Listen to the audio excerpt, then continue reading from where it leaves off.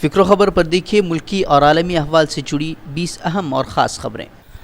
آج سے شروع ہونے والے پارلیمنٹ کے سرمائی اجلاس کے ہنگامہ خیز ہونے کے آثار، حکومت کا شہریت ترمیمی بل سمیت 27 بل پیش کرنے کا منصوبہ، اپوزیشن بھی جموں کشمیر، معاشی بحران سمیت دیگر اہم معاملات پر حکومت کو گھیرنے کی کرے گی کوشش۔ شہریت ترمیمی بل کے ذریعے مسلمانوں کو چھوڑ کر سبھی غیر قانونی تارکین وطن کو ہندوستان کی شہریت دینے کی تجویز، بل پاس کرانے پر بی جے پی لگائے گی پورا زور۔ گزشتہ اجلاس میں اپوزیشن پارٹیوں کی مخالفت سے نہیں منظور ہو پایا تھا بل، شمال مشرقی ریاستوں میں بھی شہریت ترمیمی بل کی ہو رہی ہے پرزور مخالفت۔ بابری مسجد مقدمے کے 5 رکنی بینچ میں شامل جسٹس عبدالنذیر کو فراہم کی گئی Z+ سیکیورٹی، وزارت داخلہ نے ان کی جان کو بتایا خطرہ، شدت پسند تنظیموں کی طرف سے دھمکیاں ملنے کا دعویٰ۔ ملک میں بڑھتے بحران سے سرکار پریشان، ایئر انڈیا اور بھارت پیٹرولیم کو فروخت کرنے کا فیصلہ، وزیر خزانہ بولی حکومت کے خرچ کو کم کرنے کے لیے یہ قدم اٹھانا ضروری، ہزاروں کروڑ کے قرضے میں ڈوبی ہیں کمپنیاں۔ بابری مسجد پر عدالتی فیصلے کے خلاف نظر ثانی کی عرضی داخل کرے گا مسلم پرسنل لاء بورڈ، کہا فیصلے میں انصاف کے اصولوں کو کیا گیا ہے نظر انداز، 5 ایکڑ زمین کو بھی قبول نہ کرنے کا اعلان۔ بورڈ کی میٹنگ میں اتفاق رائے سے لیا گیا فیصلہ، سپریم کورٹ کے فیصلے کے 10 نکات کو بنیاد بنا کر داخل کی جائے گی پٹیشن، راجیو دھون ہی وکلاء کے پینل کی کریں گے سربراہی۔ مولانا ارشد مدنی نے کہا نظر ثانی کی اپیل بھی عدالت سے ہوگی خارج، لیکن یہ ہمارا حق ہے، اپنے حق کا کریں گے استعمال۔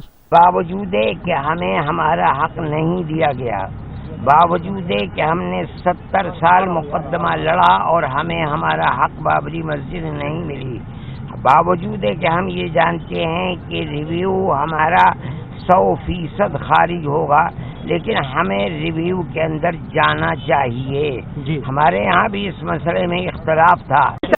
ریویو پیٹیشن داخل کرنے کے اعلان پر وی ایچ پی نے جتایا اعتراض، مسلمانوں کو سپریم کورٹ کے فیصلے کو تسلیم کرنے کا دیا مشورہ، کہا مندر تعمیر میں رکاوٹ نہ بنے مسلمان۔ ہندو مہاسبھا نے کہا مسلم پرسنل لاء بورڈ کو پیٹیشن داخل کرنے کا نہیں کوئی حق، فیصلے میں غلطیاں ہونے کی بات کو بھی کیا خارج۔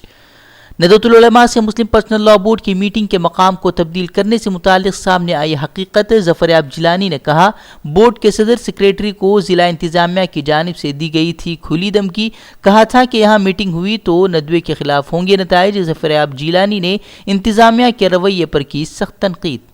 فیس اضافے کو لے کر JNU کے طلباء سراپا احتجاج، آج سنسد تک نکالیں گے مارچ، ارکان پارلیمان تک پہنچائیں گے اپنی بات۔ انتظامیہ کا دفعہ 144 نافذ کر طلباء کو روکنے کا پلان، کیمپس کے اندر اور باہر سخت سیکیورٹی۔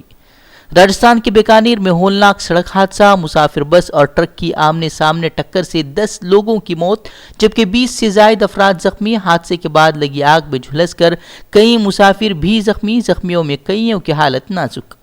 مالیگاؤں 2008 بم دھماکے کی ملزمہ سادھوی پرگیا اور کرنل پروہت کی عرضیوں پر آج عدالت کرے گا سماعت، ملزمین نے اپنے اوپر لگے تمام الزامات کو خارج کرنے کا کیا ہے مطالبہ۔ مہاراشٹر میں حکومت سازی کو لے کر کوششیں جاری، آج شرد پوار کی سونیا گاندھی سے ہوگی ملاقات، شیو سینا کے ساتھ مشترکہ حکومت سازی پر ہوگا تبادلہ خیال، شرد پوار بولے 2 دن میں حکومت کی تشکیل پر ہوگا فیصلہ۔ صارفین کے اخراجات کا سروے جاری نہ کرنے پر پی چدمبرم کا مودی حکومت پر حملہ، سرکار پر صارفین کے اخراجات کا ڈیٹا دبانے اور صحافیوں کو ڈرانے کا لگایا الزام، صارفین اخراجات کے لیک ہوئے ڈیٹا میں دی ہوئی ڈیمانڈ میں زیادہ کمی کا ہوا تھا انکشاف۔ آج جسٹس بوبڑے نے ہندوستان کے 47ویں چیف جسٹس کے طور پر لیا حلف، 17 ماہ تک چیف جسٹس کے عہدے پر رہیں گے جسٹس بوبڑے، رنجن گوگوئی کی لیں گے جگہ۔